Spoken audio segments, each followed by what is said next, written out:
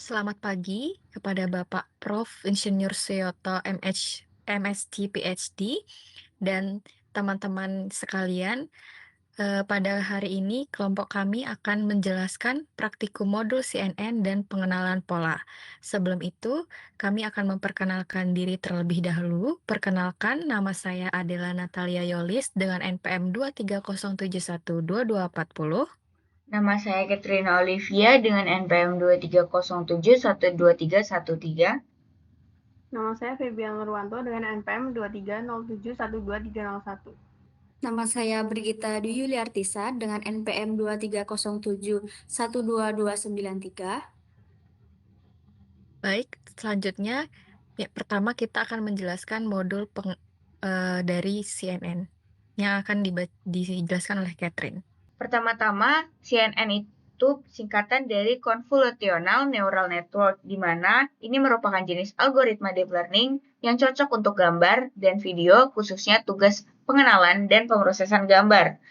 CNN ini memiliki beberapa komponen utama, yaitu lapisan konvolasi, lapisan pooling, fungsi aktivasi, dan yang terakhir lapisan fully connected, di mana lapisan konvolasi ini adalah lapisan ini menggunakan filter untuk memindai gambar dan mengekstrak fitur seperti tepi, tekstur, dan pola.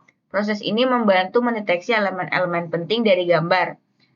Yang selanjutnya adalah lapisan pooling, di mana lapisan pooling biasanya menggunakan max pooling untuk mengurangi ukuran dimensi fitur, sehingga mengurangi jumlah parameter dan mempercepat komputasi sambil mempertahankan fitur penting. Yang selanjutnya adalah fungsi aktivasi, di mana fungsi aktivasi ini diterapkan setelah konvolasi untuk memperkenalkan non-realitas ke dalam model dan membantu jaringan mempelajari hubungan kompleks. Dan yang terakhir adalah lapisan fully connected, di mana lapisan ini menggunakan klasifikasi berdasarkan fitur-fitur yang diekstrak sebelumnya. Selanjutnya, CNN ini memiliki 4 langkah untuk pemrosesannya. Yang pertama adalah desain, yang kedua pelatihan, yang ketiga evaluasi, dan yang terakhir adalah aplikasi. Di mana dalam proses desain ini, CNN ini merupakan jaringan saraf multi lapisan jenis feed forward dengan lapisan tersembunyi berurutan yang mempelajari atribut hierarkis, di mana dalam proses ini praprosesan yang dibutuhkan dalam CNN ini mirip dengan pola neuron yang terkait di otak manusia dan terinspirasi oleh organisasi dari korteks visual. Selanjutnya, kita melakukan pelatihan CNN, di mana dalam prosesan pelatihan ini menggunakan pendekatan pembelajaran terawasi. Prosesnya ini mencakup persiapan data, fungsi loss, optimizer, dan terakhir break propagation. Lalu selanjutnya kita melakukan evaluasi pada algoritma ini, di mana efisiensi CNN ini dalam tugas klasifikasi gambar dapat dievaluasi menggunakan berbagai metrik. Beberapa metrik pada umumnya yaitu akurasi, presisi, recall, F1 score. Dan yang terakhir adalah pengaplikasiannya. Pengaplikasiannya ini dilakukan dengan klasifikasi gambar, deteksi objek, segmentasi gambar, dan analisis video. Baik, selanjutnya kita akan membahas tentang guided 3 CNN. Pertama-tama kita akan menemukan kode seperti berikut. Ada 2 kode, yaitu from tensorflow.keras.dataset import cifar10 dan from tensorflow.keras.utils import to categorical. Jadi TensorFlow.keras.datasets ini menyediakan akses mudah ke berbagai dataset standar yang sering digunakan untuk pelatihan model deep learning. Modul ini memungkinkan pengguna untuk mengimport dataset yang sudah diproses dengan cara yang sederhana. Selanjutnya, fungsi dari cifar10 ini adalah dataset gambar berwarna yang berisi 60.000 gambar dengan ukuran 32 kali 32 pixel. Dan dataset ini memiliki 10 kelas berbeda, misalnya pesawat, mobil, burung, kucing, dan lain sebagainya. Selanjutnya, fungsi dari to_categorical ini merupakan mengubah label numerik, misalnya kelas 2 atau kelas 3 menjadi bentuk one-hot encoding, yaitu format yang lebih mudah dipahami oleh model untuk tugas klasifikasi. Selanjutnya, terdapat 3 kode dapat dilihat pada layar berikut, yaitu masing-masingnya memiliki fungsi. Yang pertama, kode yang paling atas itu membuat dataset CIFAR 10 yang terdiri dari 60.000 gambar berwarna berukuran 32 kali 32 piksel dalam 10 kelas. Yang selanjutnya, pada kode yang lain kedua, memiliki fungsi yaitu menormalisasi gambar dengan mengubah nilai piksel menjadi rentang 0 hingga 1 dengan membagi 255. Normalisasi ini membantu proses pelatihan menjadi lebih cepat dan stabil.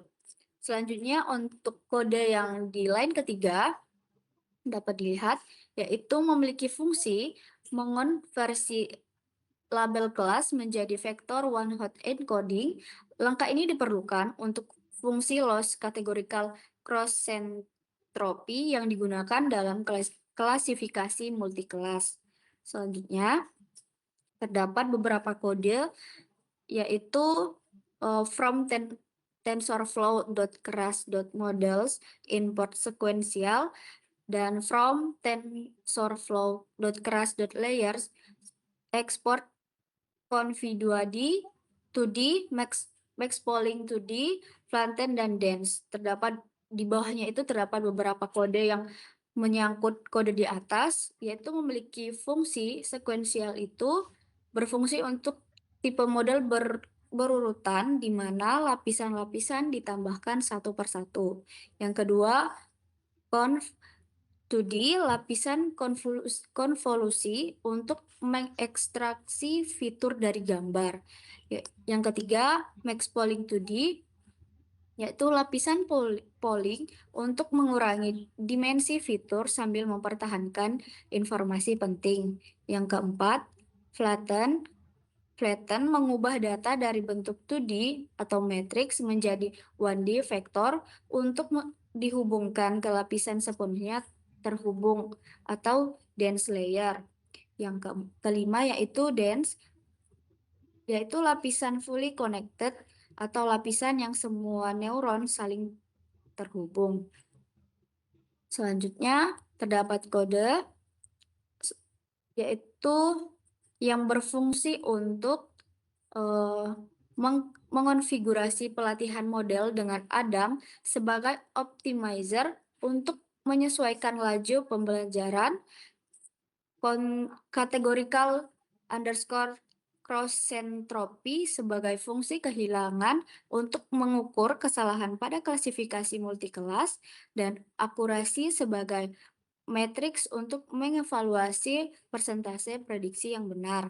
Lalu terdapat kode selanjutnya yang berfungsi untuk melatih model dengan data input X-train dan labelnya train selama 10 epochs, menggunakan 20% data sebagai validasi, yaitu validation split sama dengan 0,2, yang hasilnya disimpan di history yang mencatat metrik seperti loss dan akurasi untuk analisis performa selama pelatihan. Lalu untuk kode selanjutnya, kode yang paling atas ini memiliki fungsi, dapat dilihat memiliki fungsi untuk mengetahui seberapa baik model memprediksi data baru yang belum pernah dilihat selama pelatihan. Akurasi tes akumulator menjadi indikator utama kinerja model. Kemudian akurasi pada data diuji ditampilkan dengan print.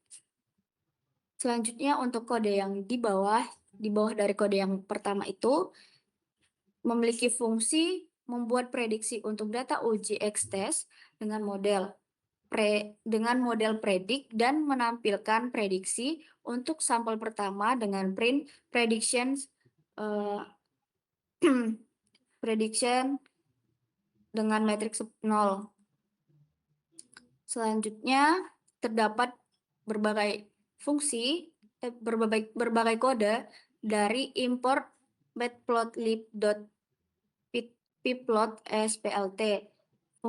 Kode-kode ini dapat disatukan dengan memiliki fungsi yaitu untuk memvisualisasikan akurasi dan loss model selama pelatihan dan validasi. Dua grafik dibuat, yaitu grafik pertama untuk akurasi dan satu lagi untuk loss. Masing-masing menunjukkan data pelatihan dan validasi.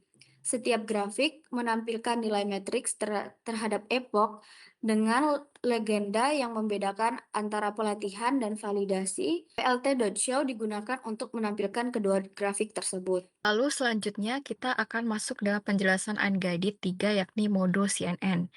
Dalam UGD ini mengangkat studi kasus klasifikasi pada gambar susu. Nah, dalam kode ini terdapat import library yang dibutuhkan.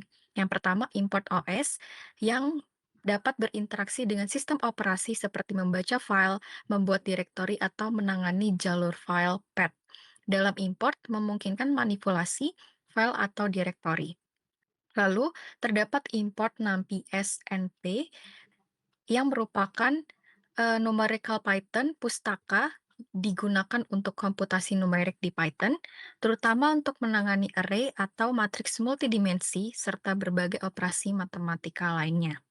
Lalu, terdapat variabel image yang menyimpan atau menghubungkan dataset susu dengan mengcopy path folder data susu yang sudah disiapkan pada folder tertentu. Lalu selanjutnya pada kode berikutnya terdapat penyimpanan menyiapkan direktori, yakni pada variabel base-dir yang berasal dari path folder yang telah disiapkan, yakni dataset susu, seperti pada variabel image sebelumnya.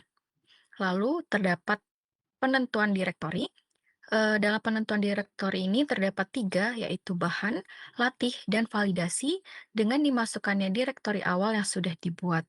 Nah, path untuk masing-masing subdirektori tersebut dibuat dengan menggunakan fungsi os.path.join yang menggabungkan direktori dasar variabel base-dir dengan nama subdirektori. Selanjutnya, kita akan menentukan direktori isi bahan. Nah, dalam penentuan ini, ketiga bahan dataset dihubungkan terlebih dahulu dalam path dari asal file tersebut. Nah, dalam variabel bahan dir ini berfungsi sebagai lokasi utama untuk menyimpan data pendukung, termasuk data gambar dari ketiga jenis susu tersebut.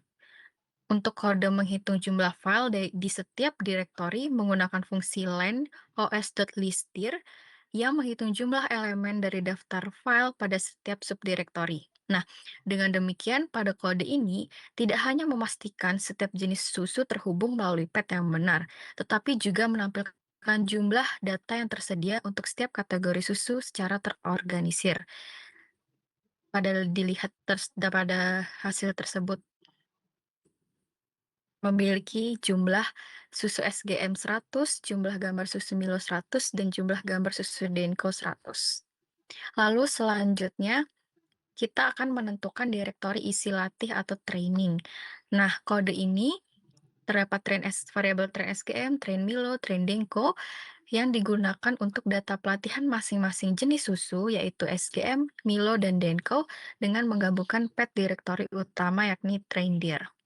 Lalu menentukan direktor isi validasi, yakni kode ini digunakan untuk data validasi masing-masing jenis susu, yaitu SGM, Milo, Denko, dengan menggabungkan path direktori utama, yakni validation dir. Selanjutnya, kita akan melakukan pre-processing.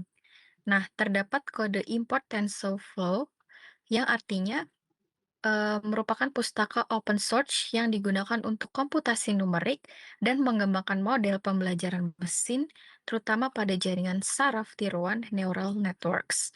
Nah, manfaat dari pre-processing ini, kita dapat melakukan pengimporan image data generator untuk mempersiapkan data gambar dan melakukan augmentasi data secara real time. Nah, kode ini adalah bagian persiapan untuk memproses data agar dapat digunakan dalam pelatihan model. Lalu selanjutnya, pada tahap processing selanjutnya, Kode ini melatih sistem saya untuk mengenali berbagai jenis kondisi dari semua data, di mana pembuat Rescale itu untuk melatih sistem apa saja yang bisa mengenali data sekecil mungkin dan lain-lainnya. Nah, fungsi dari Image Data Generator menentukan spesifikasi tingkat keakuratan program serta membagi dataset menjadi bagian pelatihan dan validasi. Nah, dengan kode ini, gambar dari direktori akan dibaca, diproses, dan dibagi menjadi dua dataset, data pelatihan dan data validasi seperti pada penjelasan sebelumnya. Nah, gambarnya akan diubah ukurannya, dinormalisasi, dan siap digunakan untuk melatih model pembelajaran mesin. Lihat hasil dari kode tersebut, font 240 image belong 3 kelas, dan font 60 image belong itu 3 kelas.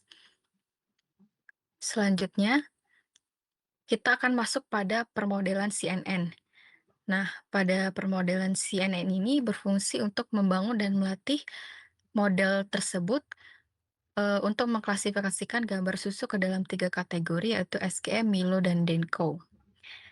Nah, 3 lapisan modul CNN dibangun dengan 3 lapisan konvolusi yang masing-masing diikuti oleh lapisan pooling untuk mengekstraksi fitur dari gambar dataset tersebut. Setelah itu, lapisan dense digunakan untuk klasifikasi gambar berdasarkan fitur yang telah diekstraksi. Lalu, terdapat dropout diterapkan untuk mengurangi overfitting selama pelatihan pada dataset. Dan terakhir, model output menggunakan fungsi aktivasi softmax untuk menghasilkan probabilitas untuk setiap kelas susu. Model ini akan digunakan untuk melatih dan menguji akurasi klasifikasi gambar susu berdasarkan dataset yang telah disiapkan sebelumnya. Selanjutnya kita masuk dalam penyusunan dan melatih model. Sebelumnya kita sudah membangun model CNN dan sekarang merupakan langkah model dikompilasi dengan fungsi loss, categorical cross entropy, optimizer Adam, dan metrik akurasi. Jadi pelatihan ini dilakukan selama 10 epoch dengan data pelatihan dan divalidasi menggunakan data validasi. Lalu dalam fungsi loss categorical ini dilakukan untuk klasifikasi multi-kelas. Lalu optimizer Adam ini dilakukan untuk mengoptimalkan bobot model. Dan metrik akurasi ini dilakukan untuk mengukur kinerja model berdasarkan akurasi presisi. Sebelumnya, dalam kode model summary ini, tujuannya ini fungsinya adalah memberikan gambaran tentang struktur model, termasuk informasi tentang setiap lapisan dan jumlah parameter yang dapat dilatih. Lalu, selanjutnya adalah training the model. Training the model ini adalah kode ini digunakan untuk melatih model dengan menggunakan data pelatihan dan validasi yang telah dipersiapkan sebelumnya. Sebelumnya model fit ini akan melatih model selama 10 epoch dengan nada pelatihan yang diproses dengan training data gen dan data validasi melalui validation data gen. Selama pemelatihan, model akan memperbarui bobotnya berdasarkan data pelatihan dan kinerjanya akan dievaluasi pada data validasi untuk memantau apakah terjadi overfitting. Selanjutnya kita masuk kepada bagian evaluasi model. Model dievaluasi menggunakan data validasi untuk mengukur akurasi pada data yang belum pernah dilihat di model. Di dalam fungsi ini, fungsi model evaluate itu menghitung nilai loss dan akurasi model pada data validasi dengan verbose sama dengan 2 untuk menampilkan hasil evaluasi secara singkat. Setelah itu, akurasi pada data uji dicetak menggunakan print, memberikan gambaran tentang seberapa baik model mengklasifikasi gambar susu dalam kategori yang benar. Nah, dalam gambar yang kedua ini, akurasi pada data uji dalam program ini menghasilkan 1, di mana akurasi dalam data uji ini dikatakan sempurna. Selanjutnya, kita masuk ke dalam langkah making prediction, di mana validasi prediksi ini, kode ini mengambil satu batch gambar dari data validasi dan memprediksi kelasnya. Hasil prediksinya ditampilkan bersama dengan gambar yang sebenarnya. Jadi, kode ini menyiapkan tampilan visual untuk beberapa gambar dengan ukuran fitur 2x6 inci. Jadi, set dalam tampil susu ini digunakan untuk memastikan setiap gambar hanya ditampilkan sekali. Lalu selanjutnya dari making prediction ini, kode ini digunakan untuk menampilkan 3 gambar dari dataset validasi beserta hasil prediksi dan kategori sebenarnya. Setiap gambar diproses satu persatu dalam loop di mana prediksi model ini diambil dan dikonversi ke dalam kategori susu yang sesuai. Kemudian, kategori sebenarnya atau label diambil dari data dan dibandingkan untuk memastikan gambar yang ditampilkan belum muncul sebenarnya. Lalu dalam kode pemilihan if kategori not in tampil susu ini digunakan untuk jika gambar ini sesuai. Jadi untuk print dataset bola Denkau, dataset bola Bilau, dan dataset SGM itu digunakan untuk menampilkan bahwa berapa persen dataset ini tergambar atau terlihat dari program tersebut. Yang dihasilkan di mana yang pertama susu SGM ini true susu SGM, dataset dalam susu SGM ini dihasilkan 99,96%, lalu selanjutnya dataset susu Milo dihasilkan 100%, yang artinya sempurna terlihat, dan yang terakhir adalah susu Denkau menghasilkan 100% pula. Selanjutnya adalah grafik akurasi dan data loss, di mana grafik ditampilkan untuk menunjukkan akurasi dan loss model selama pelatihan. Ini membantu dalam menganalisis performa model dan memeriksa apakah ada overfitting atau underfitting. Dari grafik ini, grafik yang pertama itu menunjukkan akurasi, sedangkan grafik yang kedua menunjukkan loss. Selanjutnya saya akan bahas modul 4, yaitu pengenalan pola. Dalam modul ini, kita akan mempelajari konsep dasar pengenalan pola, algoritma yang digunakan, serta implementasinya dalam menggunakan Python dan OpenCV. Pengenalan pola adalah proses untuk mengidentifikasi pola atau struktur tertentu dalam data menggunakan algoritma pembelajaran mesin. Proses ini banyak digunakan dalam pengenalan wajah, suara, hingga diagnosis medis. Misalnya saat sistem keamanan mengenali wajah pengguna. Dalam algoritma pengenalan pola, terdapat 6 metode utama atau algoritma yang sering digunakan. Yang pertama adalah statistical pattern recognition, merupakan menggunakan data statistik untuk membangun model prediksi dari pola-pola sebelumnya. Yang kedua, syntactic pattern recognition, yaitu membentuk pola dari elemen-elemen dasar seperti huruf dalam kata yang menggunakan struktur hierarki. Kemudian ada neural pattern recognition, yaitu menggunakan jaringan saraf tiruan untuk mengenali hubungan kompleks. Algoritma ini dianggap yang paling mahal dibandingkan metode lain karena membutuhkan sumber daya komputasi yang lebih besar. Selanjutnya ada template matching.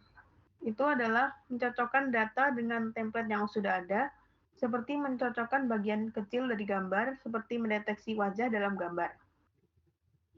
Kemudian, fuzzy-based approach, yaitu mengelompokkan objek berdasarkan kesamaan fitur. Pendekatan fuzzy ini berfokus pada mengklasifikasikan objek berdasarkan kemiripan beberapa fitur yang terdeteksi pada pola. Yang terakhir ada hybrid approach, yaitu kombinasi dari beberapa metode untuk hasil yang lebih akurat. Selanjutnya, tahapan pengenalan pola itu terdapat fase eksplorasi, di mana algoritma akan mengeksplorasi pola-pola yang ada dalam data, dan kedua ada fase deskriptif, yaitu algoritma akan mengelompokkan data-data yang sudah ada dan mengaitkannya pada pola yang telah dikenali dengan data baru. Selanjutnya, fase-fase tersebut yang fase 2 tadi akan melibatkan langkah-langkah sebagai berikut. Pada langkah pengumpulan data akan dikumpulkan dari berbagai sumber untuk menjadi titik awal sebagai dataset yang berkualitas. Lalu data akan dibersihkan dari segala gangguan atau kekurangan menjadi dataset yang lebih berkualitas untuk analisis pada pra-pemrosesan data. Selanjutnya pada ekstraksi fitur, pada langkah ini fitur yang penting dari data akan diambil. Beberapa di antaranya Tujuannya itu untuk data yang input akan dikonversi menjadi vektor fitur dan mempertahankan fitur-fitur yang relevan.